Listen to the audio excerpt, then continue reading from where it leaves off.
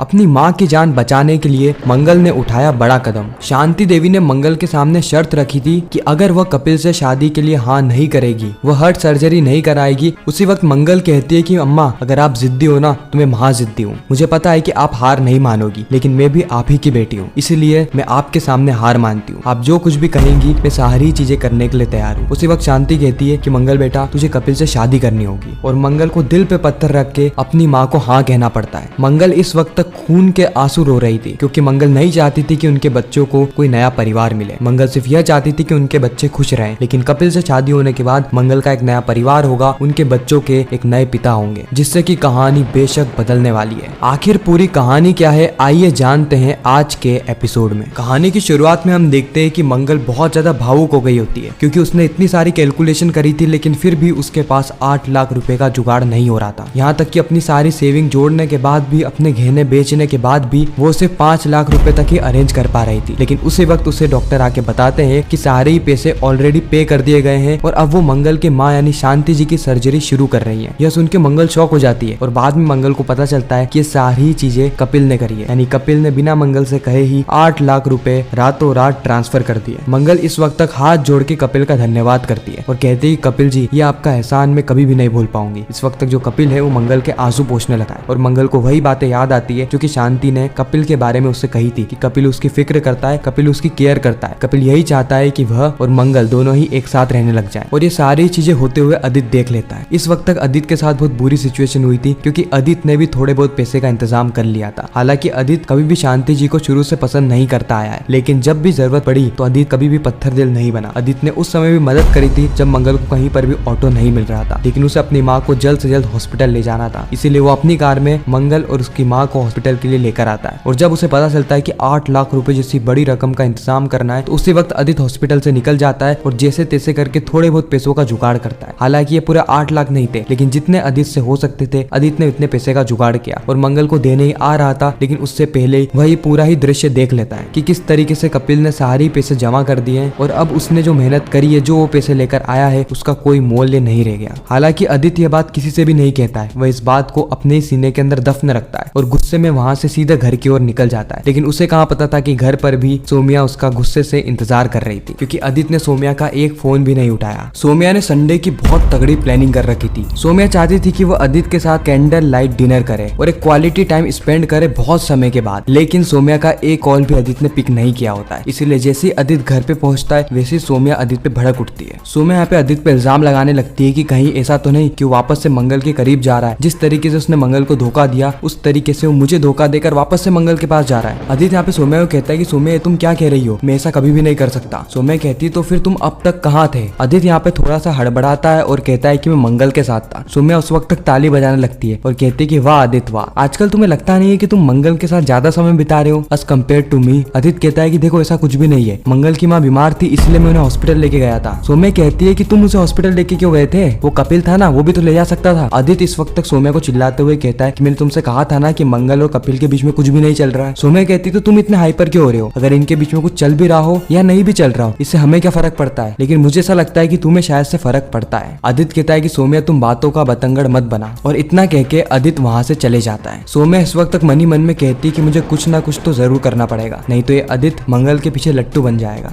प्रतिमा तुरंत ही शांति से मिलने के लिए हॉस्पिटल की ओर जाती है। जैसे ही वो हॉस्पिटल में जाती है, वो शांति से मिलकर बहुत ज्यादा खुश हो जाती है, क्योंकि शांति प्रतिमा को एक गुड न्यूज देती है कि मंगल ने शादी के लिए हाँ कर दिया है। और यह बात सुन के प्रतिमा फूली नहीं समा रही थी। प्रतिमा को ऐसा लग रहा था कि उसके जीवन का जो उद्देश्य है वो उसने पूरा कर लिया है, मंगल को अपनी बहू बनाकर। प्रतिमा शांति को गले लगाती है और कहती है कि शांति जी अब हम दोनों रिश्तेदार बनने वाले हैं। मुझे तो यकीन नहीं हो रहा कि मंगल हमारे घर की बहू बनेगी। मंगल जब से हमारे घर में आई थी ना, तब से ही मुझे मंगल बहुत बढ़िया लगती थी, तभी से मैं उसे बहू बनाना चाहती थी, और अब वो हमारे घर की बहू बन के आने वाली है। आपको पता नहीं शांति जी, मेरा सपना पूरा हो रहा है। शांति कहती है कि मेरा भी सपना पूरा हो रहा है कि मंगल एक अच्छे घर में जा रही है, जहाँ पे उसकी कद्र होगी, जहाँ पर उसकी इज्जत होगी। प्रतिमा कहती है कि शांति जी मैं अभी जाती हूँ और कपिल से मिलकर आती हूँ, मुझसे रहा नहीं जा रहा है ये खुशियाँ बांटने के लिए। प्रतिमा दौड़ी दौड़ी बाहर जाती है, लेकिन उसकी सबसे पहली मुलाकात मंगल से होती है। मंगल इस वक्त टेंशन में थी और बहुत ज्यादा ऑकवर्ड भी फील कर रही थी, क्योंकि मंगल को यह पता चल गया होता है कि प्रतिमा को शांति ने सारी चीजें बता दी। प्रतिमा यहाँ पे मंगल के सर पे हाथ फेरती है और कहती है कि बेटा तुम जीते रहो। मंगल को बहुत ज्यादा ऑकवर्ड लग रहा होता है, इसलिए मंगल कहती है कि मैं मम्मी की दवाइयाँ लेकर आती हूँ। अगले ही पल हम प्रतिमा को देखते हैं जो कि बहुत ज्यादा खुश होती है, मानो उसने कोई जंग जीत ली लिए वो दौड़ी दौड़ी हॉस्पिटल में जाती है और इस वक्त तक कपिल भी बहुत ज्यादा खुश होता है क्योंकि मंगल ने इस वक्त तक कपिल का हाथ पकड़ा था और यह बात कपिल को बहुत ज्यादा अच्छी लगती है। कपिल अपनी माँ को ये पूरी ही घटना बताता है और उसी वक्त प्रतिमा कहती है कि कपिल, अब मंगल ने तुम्हारा हाथ पकड़ा था ना, अब तुम एक काम करना कि तुम उस हाथ को कभी भी मत छोड़ना, उस हाथ को पकड़े ही रहने देना। कपिल कहता है कि माँ आप ये क्या कह रही है, वो भी हॉस्पिटल में। उसी वक्त प्रतिमा कहती है कि मुझे तुम्हारी नजर उतारने दो कि तुम अब दूल्हे बनने वाले हो, तुम्हारी शादी होने वाली है, वो भी मंगल से। इस वक्त तक कपिल थोड़ा बहरा जाता है और कहता है कि माँ आप ये क्या कह रही है, ये हॉस्पिटल है, मंगल जी की माँ की तबीयत खराब है, उनका ऑपरेशन चल रहा है और आपको मजाक सूझ रहा है। इस वक्त तक प्रतिमा फूली नहीं समाती है। प्रतिमा कपिल को कहती है कि कपिल मैं मजाक नहीं कर रही हूँ, मैंने वह काम करके दिखाया है जो कि तुम इस जन्म में तो क्या 7 जन्म में भी नहीं कर पाते। मंगल ने तुम्हारे रिश्ते के लिए हाँ कर दी है। प्रतिमा इस वक्त तक बहुत ज्यादा खुश होती है, उसका दिल गार्डन गार्डन हो गया होता है, लेकिन कपिल एकदम ऑकवर्ड फील करता है। कपिल कहता है कि माँ आपने मंगल जी से शादी की बात करी, वो भी ऐसी सिचुएशन में। प्रतिमा कहती है कि नहीं नहीं नहीं, मैंने उससे शादी की बात नहीं करी, बल्कि शांति जी ने करी है। तुम दोनों ही लड़का लड़की में इतना दम कहाँ, इतनी हिम्मत कहाँ कि तुम एक दूसरे से शादी की बात कर लो, इसलिए तुम्हारी माओ को ही आपस में बात करनी पड़ रही है। हम दोनों ने आपस में सेटलमेंट कर लिया है और मंगल ने भी शादी के लिए हाँ कर दी है। यह बात सुन के कपिल कहता है कि आपको तो मैं समझा नहीं सकता, और इतना कह के कपिल मंगल के कमरे की ओर जाने लगता है। प्रतिमा भगवान को धन्यवाद करती है और कहती है कि रुको रुको कपिल, मैं भी आ रही हूँ। कपिल और प्रतिमा दोनों ही उस कमरे में जाते हैं जहाँ पर हाल फिलहाल में शांति का ऑपरेशन हुआ होता है, यानी शांति का ऑपरेशन कंप्लीट हो चुका है क्योंकि मंगल ने शांति की शर्तों को स्वीकार कर लिया है। अपनी माँ की जान को बचाने के लिए मंगल ने अपने उसूलों के साथ समझौता किया है। इस वक्त तक कपिल थोड़ा शॉक में होता है, उसे यकीन नहीं हो रहा था कि इसे अचानक से ही जब मंगल जी की माँ की तबीयत खराब है उसी वक्त मंगल जी ने शादी के लिए हाँ क्यों कहा। मुझे तो कुछ भी समझ में नहीं आ रहा है। इस ओर हम देखते हैं कि सबसे पहले कपिल और प्रतिमा रूम में जा शांति जी से उनकी तबीयत के बारे में पूछते हैं। कपिल यहाँ पे मंगल को कहता है कि मंगल जी अगर आप बुरा ना माने तो मैं आपको ड्रॉप कर दूं, और यह बात सुन के प्रतिमा और शांति दोनों ही एक दूसरे को देखकर हंसने लगते हैं। इसी और मंगल और कपिल दोनों ही बहुत ज्यादा ऑकवर्ड फील कर रहे थे कि जो कुछ भी चीजें हो रही थी ये इन दोनों से ही रिलेटेड थी, लेकिन इन दोनों को कुछ भी नहीं पता। एक तरफ तो प्रतिमा की बहुत खतरनाक प्लानिंग और दूसरी तरफ शांति का ब्लैकमेल।